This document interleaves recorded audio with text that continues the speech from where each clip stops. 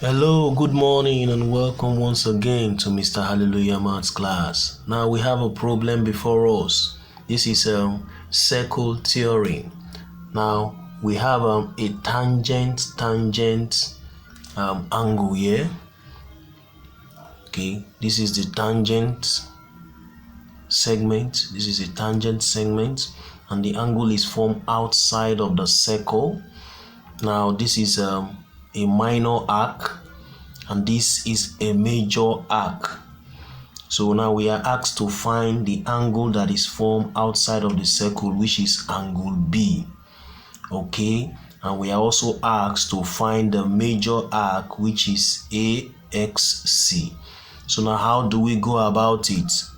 First of all, let us look for angle B, which is the angle outside of the circle. Now, one theorem we need to know is that the angle here, the angle of the minor arc and the major arc, the angle B, which is the angle outside the circle, if you sum them up, is equal to 180 degree. Okay, that is the summation of the angle of the minor arc and the angle outside of the circle is equal to 180 degree. So it means that AC, which is an arc, the minor arc, plus angle B sums to 180 degree, which means they are supplementary angles. So what do? In order for us to get angle B, we now make angle B the subject formula.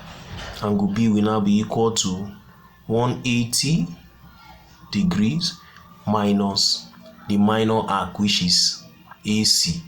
So instead of writing AC, I just write the value for it, 100 degrees. So therefore, angle B, which is the angle formed outside of the circle, is equal to 80 degrees. So we have successfully looked for the angle formed outside of the circle, which is angle B. Okay, that is the angle formed by the two tangent segments. Alright, now we are also asked to look for the major arc, which is AXC. The major arc, we are asked to look for this major arc. Now, one thing we need to know is that a complete circle is 360 degrees. So if we have this minor arc to be 100, it simply means that the minor arc plus the major arc will give us 360 degrees. So it simply means that AXC plus AC will give us 360 degrees. So from here, what do? Is to simply make the major arc the subject formula, because we already know the minor arc. So we are going to say that AXC, which is the major arc, is equal to 360 degrees minus the minor arc, which is 100 degrees. So it simply means that our major arc, which is AXC, is equal to 260 degrees. Alright, now that is that on how to solve this problem. Now there is another way of solving this problem.